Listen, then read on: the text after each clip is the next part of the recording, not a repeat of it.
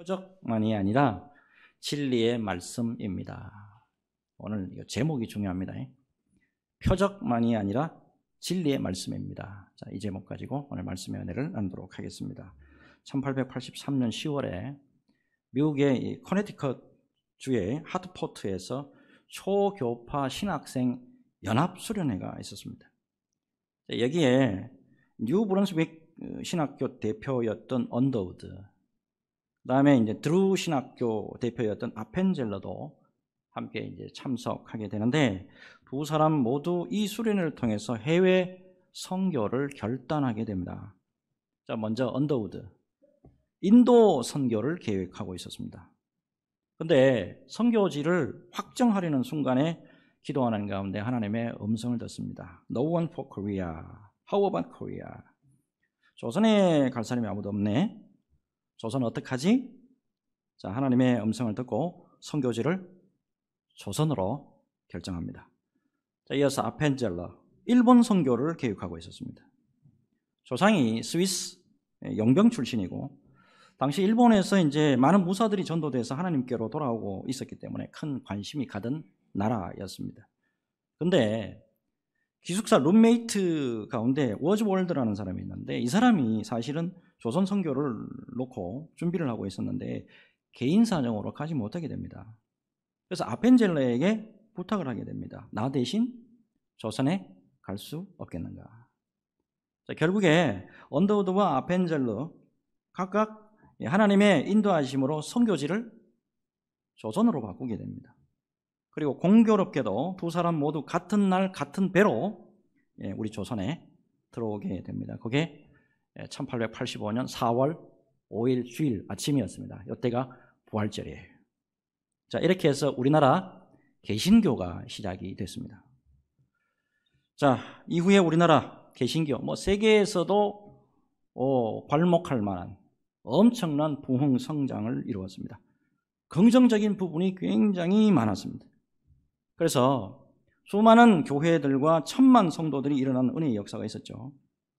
그런데 반대로 부정적인 일도 없지 않아 있었습니다.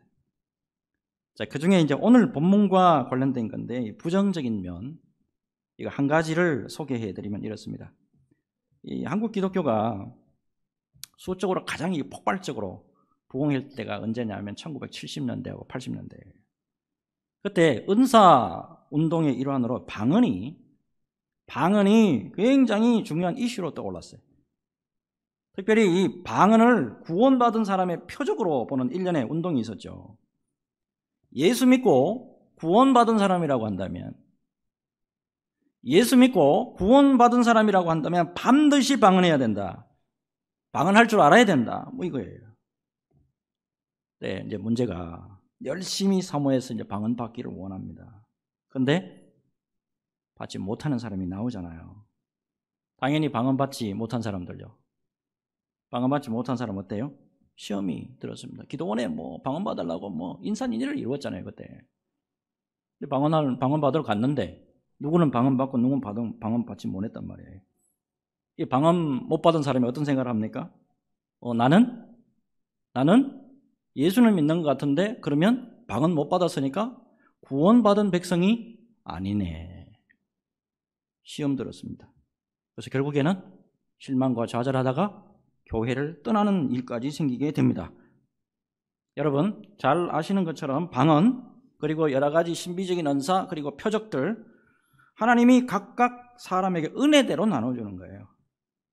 그리고 구원받은 표적과는 상관이 없고 더 나은 믿음 생활을 하라고, 그리고 교회와 성도를 아름답게 섬기라고 주시는 것이 바로 은사입니다. 이 은사에 대해서 오해하거나 곡해하시면 안 됩니다. 우리 신앙생활에서 나타날 수 있는 은사와 표적들, 자, 물론 중요한 역할을 할 때는 굉장히 중요합니다. 여러분 몸이 아프고 이번에 같이 큰일이 이렇게 생기고 이럴 때 하나님 앞에 집중적으로 기도했을 때 표적이 나타날 때 굉장히 중요하잖아요. 자, 근데 표적에만 집중할 때 아주 위험한 일들이 초래될 수도 있다 라는 것을 잘 인식하셔야 합니다. 자, 오늘은 이제 이런 전제를 안고 오늘 말씀 속으로 한번 들어가 보도록 하겠습니다. 자, 계속해서 누가복음에 나타난 우리 예수님의 공생의 모습 매주일 이제 꼼꼼하게 지금 살펴보고 있습니다. 자, 오늘 본문 크게 두 가지입니다. 첫째, 당시의 세대를 예수님이 악한 세대다. 당시의 세대를 뭐라고 그러냐면 예수님이 직접 오셔가지고 지금 사역하시는데 이 악한 세대야 그랬어요. 그렇게 규정을 하셨는데 그러면 왜 예수님이 당시를 악한 세대라고 규정하셨냐 하는 거예요. 그게 첫 번째고, 그 다음 두 번째가 그렇다면 그 악한 세대에서 어떻게 살아야만 하느냐, 대안이 뭐냐. 자, 이게 이제 오늘 말씀의 핵심이 되겠습니다. 자, 먼저 29절부터 보죠. 무리가 모였을 때에 예수께서 말씀하시되 이 세대는 악한 세대라. 표적을 구하되 요나의 표적밖에는 보일 표적이 없나니 했습니다. 여러분, 예수님의 말씀을 면밀히 잘 분석해 보시기 바랍니다. 자, 예수님이 생존하여 계시던 그 세대, 악한 세대다라고 규정하고 있습니다. 왜냐하니까 표적을 구하되. 표적을 구하되. 여기서 반드시 짚고 넘어가야 될 게 있는데, 유대인들이 표적을 예수님께 구했는데 그게 왜 악한 것이냐라고 하는 문제입니다. 문제가 쉽지 않죠. 자, 여러분, 근데 성경은 성경으로 풀어야만 정확합니다. 자, 오늘 본문은 아닙니다만 16절 보면, 자, 16절 한번 보세요. 또 더러는 예수를 시험하여 하늘로부터 오는 표적을 구하니. 자, 정답이 보이나요? 자, 또 더러는 예수를 시험하여 하늘로부터 오는 표적을 구하니. 예수를 시험하여. 유대인들이 예수님을 악의적인 의도에서 시험했기 때문이라는 거예요. 자, 이때 이제 표적 나오죠. 표적, 헬라어로 세메이온. 자, 영어로는 사인입니다. 사인. 표시라는 말이에요. 당시에 유대인들이 만약에 예수님이 우리가 기다렸던 그 메시아라고 한다면, 우리가 그동안에 오랫동안 기다렸던 그 하나님의 아들이라고 한다면 사인 보여주십시오라는 거예요. 자, 여기서 하늘로부터 오는 표적이라고 했는데, 그러면 구체적으로 어떤 표적을 유대인들이 예수님에게 보여주십시오라고 했는 거예요? 뭘 보여달라는 거예요, 지금? 자, 이 주석가들은 이렇게 주석합니다. 구약의 대표적인 두 선지자 하면 누구죠? 구약의 대표적인 선지자 모세와 엘리야입니다. 자, 모세와 같이 구름 기둥과 불 기둥, 구름 기둥과 불 기둥 이거 한번 보여주시고, 엘리야 같이 기도하면은 불이 막 위에서 하늘에서 막 떨어지도록 한번 보여달라는 거예요. 자, 근데 예수님이 기가 막힌 말씀을 하세요. 29절을 딱 보시면 그런 거를 요구하는 세대를 악한 세대라고 규정하십니다.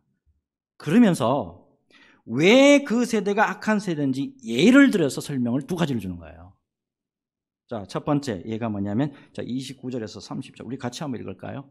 자, 29절에서 30절 같이 읽습니다. 시작. 무리가 모였을 때에 예수께서 말씀하시되 이 세대는 악한 세대라. 표적을 구하되 요나의 표적밖에는 보일 표적이 없나니 요나가 니느웨 사람들에게 표적이 됨과 같이 인자도 이 세대에 그러하리라. 아멘. 자, 요나의 예를 들었어요. 자, 이 뜻이 어떤 뜻이냐면 악한 이방 민족이었던 아수르 니느웨 백성들조차도 요나 선지자, 우리가 잘 알죠? 요나 선지자, 말도 잘 안 듣는, 하나님 앞에 불순종하는 그런 요나 선지자의 말씀의 선포를 듣고 회개를 했는데, 요나의 말씀 사역보다도 비교도 안 되는 위대한 하나님의 아들 예수님의 말씀을 듣고도 너희들은 전혀 회개하지 않는다.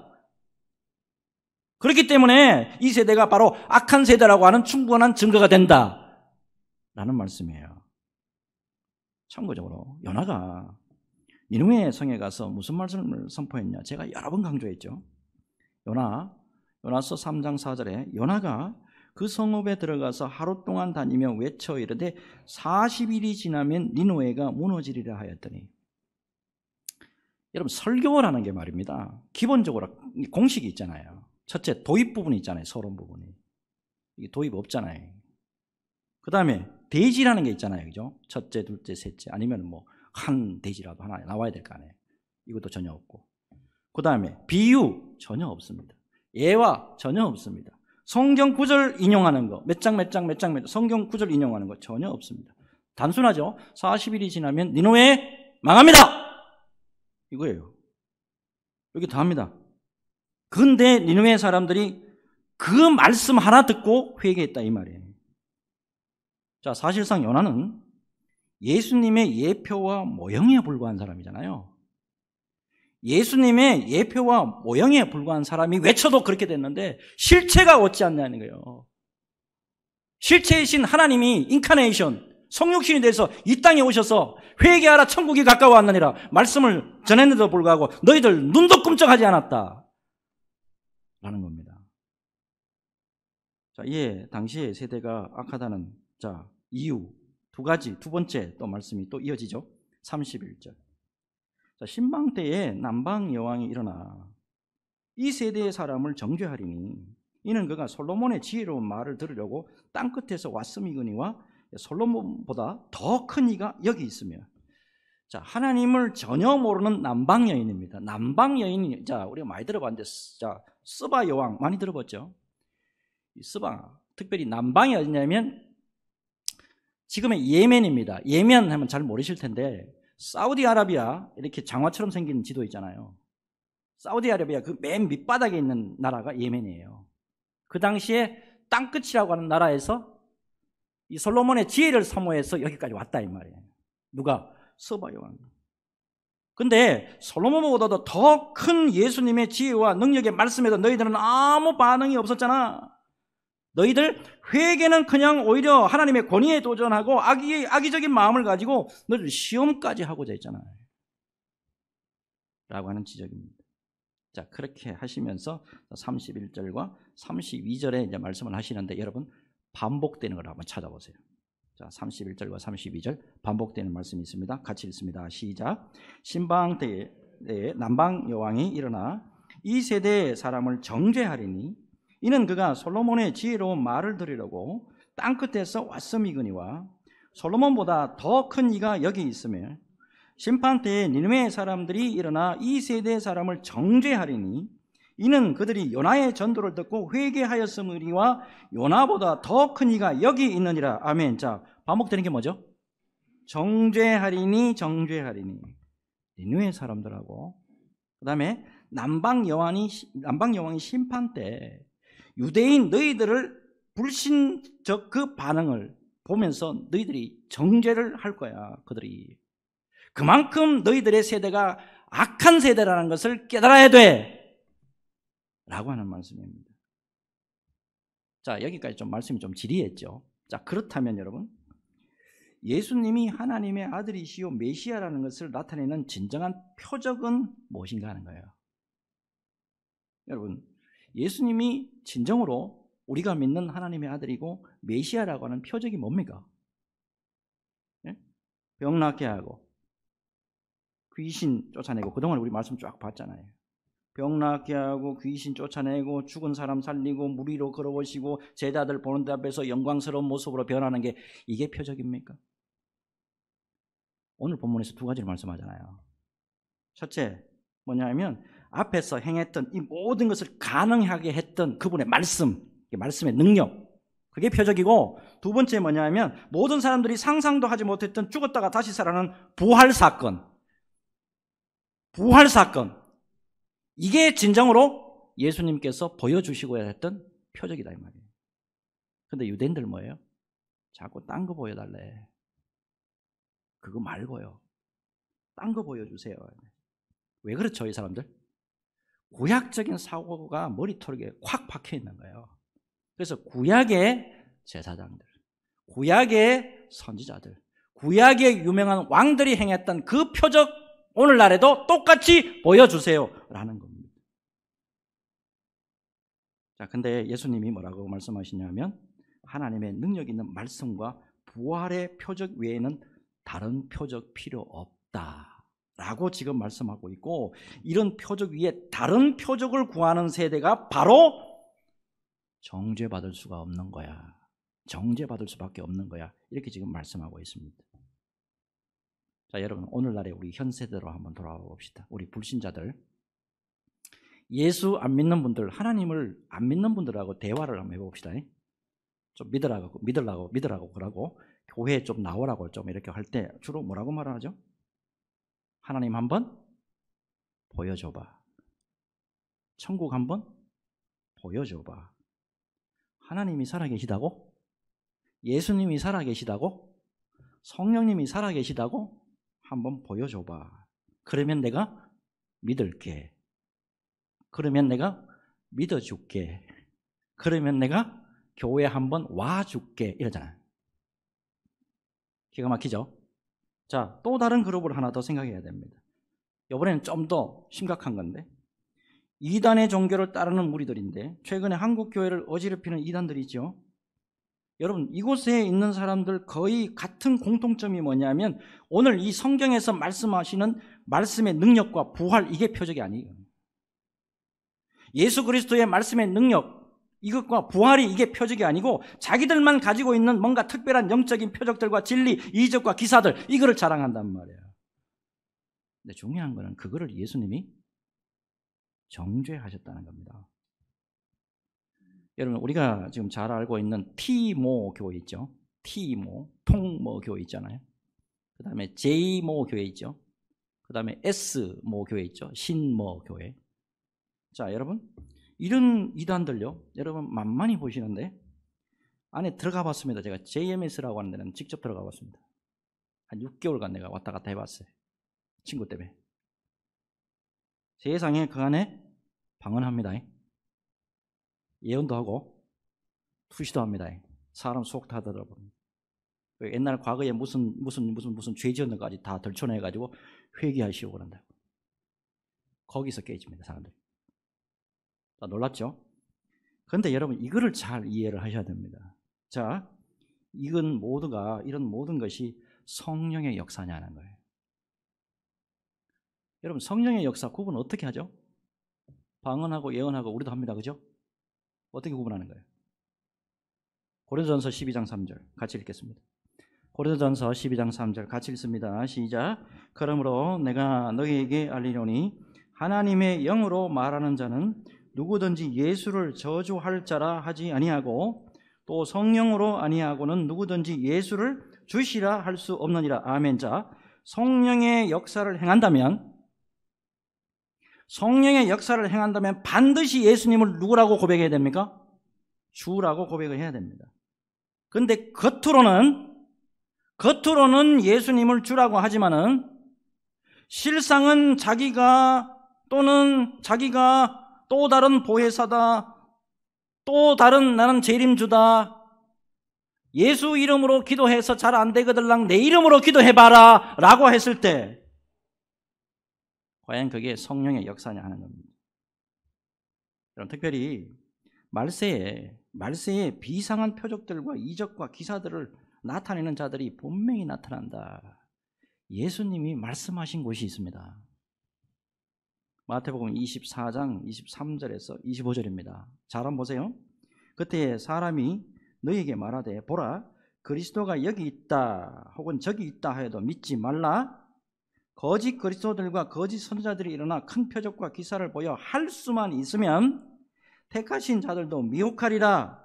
보라, 내가 너희에게 미리 말하였노라. 여러분, 그렇기 때문에 진정으로 우리가 뭐에 집중해야 되느냐, 이게 밝혀지는 거예요. 여러분, 복음을 전하기 위해서 또 믿음에 견고하게 서기 위해서 때로는 표적이 필요해요. 예, 인정합니다. 하지만 진정한 예수님의 표적에 집중해야 됩니다. 여러분, 예수님이 우리에게 전해준 복음 외에 또 다른 복음 없습니다. 그리고 이 복음의 말씀만이 진정한 하늘에서 내려온 표적입니다. 여러분, 예수님이 주신 복음 외에 구원 얻을 만한 다른 복음 없습니다. 다른 복음은 없나니 분명히 말씀하고 있습니다. 예수님이 주신 그 복음 믿을 때에 여러분, 표적 저절로 나타납니다. 예? 예수님이 주신 그 복음 말씀 믿고 저도 안고 있던 병 다 떠나가고, 저에게도 솔직히 말해서 조상대대로 내려오는 귀신 역사였습니다. 예수님의 말씀으로 다 떠났어요. 예수님의 말씀 안에 바로 설 때 그게 바로 하늘로부터 내려온 사인 세메온입니다. 하나님의 표적에만 집중하는 저와 여러분 되시기를 예수님의 이름으로 축복합니다. 자, 그렇다면 대안이 필요하죠. 예수님의 진리의 빛을 거부하는 악한 세대입니다. 요즘에 여러분들 우리 전도해보면 어때요? 다 노예요. 그들도 보려고 안 해. 자, 이런 악한 세대의 대안은 뭡니까? 자, 그거를 알려주는 예수님의 말씀이 바로 등불 비유죠. 33절, 34절 같이 읽습니다. 여러분, 이 말씀이 무슨 뜻인가를 잘 이해를 하셔야 됩니다. 33절, 34절 같이 읽습니다. 시작. 누구든지 등불을 켜서 속에나 말 아래에 두지 아니하고 등경 위에 두나니 이는 들어가는 자로 그 빛을 보게 하려 함이라. 내 몸의 등불은 눈이라. 내 눈이 성하면 온몸이 밝을 것이요 만일 나쁘면 네 몸도 어두우리라. 아멘. 자, 무슨 뜻이죠? 영적인 눈은 등불과 같습니다. 등불이 없으면 온 방이 어두워지듯이 영적인 눈에서 진리의 빛을 잃으면 온 존재가 어두움에 빠지게 됩니다. 자, 그렇기 때문에 말씀의 빛 가운데 거하면 영적인 건강이 보장이 되지만 말씀의 빛을 떠나게 되면 영적인 병이 들고 악에 빠지게 된다 이 말이에요. 그래서 35절 잘 보십시오. 그러므로 네 속에 있는 빛이 어둡지 아니한가 봐라. 여러분, 우리 속에 지금 빛이 들어와 있는데 이거 굉장히 중요한 말씀하시는 거예요. 이미 우리는 예수를 믿고 예수님의 말씀을 우리가 받아들였기 때문에 빛이 들어와 있다고요. 근데 네 속에 있는 빛이 어둡지 아니한가 봐라 라고 말씀합니다. 무슨 뜻이냐?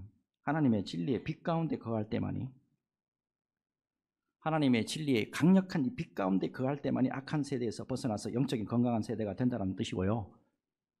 하나님의 진리의 말씀 속에 거하는 세대가 바로 예수님이 원하는 영적으로 건강한 세대다라는 것입니다. 최근에 제가 이제 성경 쭉 좀 읽고 있는데 모세오경하고 신약은 이제 사도 바울 서신하고 이제 쭉 좀 읽고 있습니다. 구약 모세오경을 읽다가 보니까 법칙 하나 발견했습니다. 자, 하나님께서 이제 출애굽에서 광야를 행진하기 직전, 출발하기 직전입니다. 그 다음에 가나안 땅에 들어가기 일보 직전, 똑같이 하나님이 역사하신 게 있습니다. 그게 뭐냐면 모세를 통해서 하나님의 말씀을 선포하는 거예요. 광야 들어가기 전, 가나안 땅 들어가기 전 똑같이 말씀을 선포하셨는데 각종 규례와 법도를 세우시면서 말씀을 따라 행할 때는 하나님의 은혜를 베풀어 주시지만 말씀에 불순종했을 때는 보응이 가도록 그렇게 역사하신 것을 보여줍니다. 요거는 구약뿐만 아니고 신약에 이르러서도 똑같습니다. 여러분, 사도 바울의 선교 여행 보면 사도 바울의 선교 여행을 잘 한번 관찰해 보시기 바랍니다. 표적과 이적과 기사를 중심으로 하는 사역이 아니었습니다. 사도 바울에게는 놀라운 영적 은사들 많았습니다. 귀신 쫓아낼 수 있는 능력이 있었어요. 병자를 낫게 하는 능력이 있었습니다. 죽은 자도 살릴 수 있는 능력도 가지고 있었다고. 그런데 그거를 주로 삼지 않았습니다. 사도 바울이 언제나 집중한 것은 전부 복음 말씀이에요. 특별히 이 복음의 핵심이 언제나 뭐냐면 딱 두 가지예요. 예수 그리스도의 십자가의 죽음과 부활. 십자가만 자꾸 강조하시는데 예수 그리스도의 십자가의 죽음과 부활 같이 가는 겁니다. 이거 강조했더니만 교회가 세워지고 가정이 세워지고 한 나라가 온전히 세워지잖아요. 오늘 말씀 준비하는 가운데 특별한 기독교 철학자입니다. 쉐렌 키에르 케고르에 대한 글을 좀 읽었는데 제가 이게 분명한 확신이 좀 오더라고요. 그래서 제가 좀 소개해드리겠습니다. 덴마크의 대표적인 기독교 실존주의 철학자입니다. 기독교 실존주의 철학자 키에르 케고르 1813년생입니다. 자, 문제는 이 집안이 문제예요. 아버지가 미카엘이라는 사람인데 루터교의 교인입니다. 그러니까 예수 믿는 분이에요. 루터교의 교인. 상당히 자녀들에게 엄격하게 기독교 교육을 율법적으로 시켰다 그래요. 근데 이 사람인 아버지가 특별한 죄책감에 사로잡혀서 살면서 삶에 대해서 매우 절망적으로 생각하는 사람이에요. 예수 믿으면서도. 왜 그랬냐 하니까 미카엘 아버지가 결혼하고 난 다음에 2년 만에 아내가 죽어요. 그리고 이제 재혼하게 되는데 그 재혼자가 누구냐면 아내의 간병인이에요. 간병인. 그러니까 외롭고 힘든 상황에서 이 간병인하고 불륜에 빠지게 됐고 아내가 죽은 뒤에 결혼까지 하게 된 거예요. 그러니까 이 두 번째 아내에게서 7자녀가 이제 태어나게 되는데 쉐렌 이 케르케고르가 막내 아들이에요. 아버지가요 늘 죄책감이 있는 거예요. 애들만 보면 죄책감이 있는 거예요. 자기가 불륜 때문에 그 아내가 그렇게 해서 또 죽지 않았나. 그런 아마 또 뭐 죄책감이었던 거 이런지도 모르겠어요. 그래서 불안하고 사람이 또 절망적으로 빠져가지고 정신적으로도 그냥 뭐 엄청 안 좋게 됩니다. 그렇게 되니까 기가 막힌 거는 자녀들에게 예수님이 33살에 죽은 것처럼 아버지인 나도 그렇고 너희들도 아마 그렇게 될 거야 라고 입만 벌리면 이런 소리 하는 거니까요. 자, 아버지의 이런 죄책감과 절망적인 말에 의해서 자녀들이 전부 다 힘들어하는 거예요. 특히나 이 쉐레는 막내잖아요. 이 사람이 더 아마 피해가 컸던 것 같아요. 자, 그런데 더 문제가 아버지가 말한 것처럼 정말 자녀들이 불행하게 죽음을 맞이했다 이 말이에요. 7명 중에 큰아들하고 막내만 살고 나머지 다 죽음을 맞이합니다. 큰 누나가 25살에 죽었어요. 둘째 누나가 진짜 33살에 죽었고, 둘째 형은 12살에 죽었고, 셋째 형은 24살에 죽고, 바로 위에 셋째 누나 33살에 죽었습니다. 기가 막히게 스웨덴의 엄마까지 마지막 막내 누나 죽는 그 바로 앞에 돌아가셨어요. 이렇게 되니까 스웨덴 자신도 아이고 나도 33살을 못 넘기고 죽지는 않나. 이 사람도 불안감, 이 사람도 절망에 빠지게 됩니다. 자, 여러분 이런 상황에 처하게 됐을 때 만약에 이런 상황이 여러분들에게 놓였다면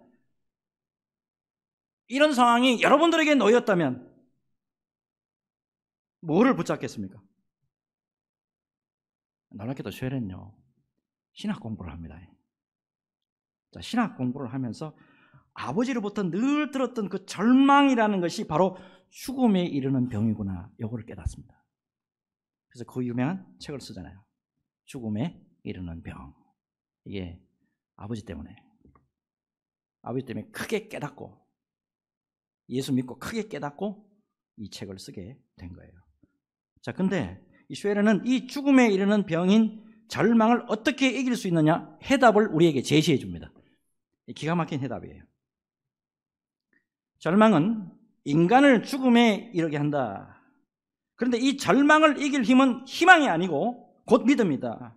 우리는 신 앞에 선 단독자로서 신을 믿을 때에 절망에서 벗어나 생명에 이르게 된다. 근데 참 어려운 환경 가운데서 쉐렌 키에르케고르가 귀한 진리에 도달한 것은 맞죠. 근데 제가 이걸 읽으면서 한 가지 더 깨달은 게 하나 있어요. 쉐렌은 한 가지 더 깊은 것을 깨닫지 못했구나. 이걸 발견하게 됐어요. 여러분, 절망을 이길 힘은 희망이 아니고 곧 믿음이라 그랬잖아요. 그렇다면 구체적으로 뭘 믿어야 되는 거예요? 뭘 믿어야 절망에서 벗어나서 생명으로 가는 거예요? 여기에 요한복음 1장 1절에서 4절 딱 보면 답이 나와요. 요한복음 1장 1절에서 4절 같이 읽겠습니다. 같이 읽습니다. 시작. 태초에 말씀이 계시니라. 이 말씀이 하나님과 함께 계셨으니 이 말씀은 곧 하나님이시니라. 그가 태초에 하나님과 함께 계셨고 만물이 그로 말미암아 지은 바 되었으니 지은 것이 하나도 그가 없이는 된 것이 없느니라. 그 안에 생명이 있었으니 이 생명은 사람들의 빛이라. 아멘. 생명과 빛의 말씀을 오신 예수 그리스도를 믿을 때, 특별히 예수님의 말씀을 믿을 때 절망과 병마, 고통, 저주, 고독, 죽음의 두려움에서 벗어나서 평안과 안식에 이룰 수 있다라고 하는 사실입니다. 여러분, 우리가 믿음 생활하는 동안에 과연 무엇에 집중해야 되느냐? 오늘 말씀에 좀 깊이 좀 새겼으면 좋겠습니다. 여러분, 우리에게 잠깐 관심을 줄 수가 있습니다. 뭐가 표적이요. 우리에게 나타난 기적과 이사들이 잠깐 우리에게 위로가 될 수는 있을 거예요. 그러나 영원한 생명과 은혜를 주는 데는 이르지 못합니다. 여러분, 영원한 생명과 은혜를 주시는 그 진리 말씀에 집중하게 되면 어떤 병마가 오더라도, 어떤 고난이 오더라도, 사망의 엄침한 골짜기를 다닐지라도 해를 두려워하지 않을 것은 주께서 나와 함께 하심이라. 주의 지팡이와 막대기가 나를 안위하시나이다. 이 믿음이 우리에게 강력하게 오는 줄로 믿습니다. 여러분, 이 믿음 가운데 서야 우리가 끝까지 이 믿음의 길을 완주할 수 있는 줄로 믿습니다. 믿음의 견고한 반석 위에 세워지시기를 예수 그리스도 이름으로 축복합니다. 축복합니다.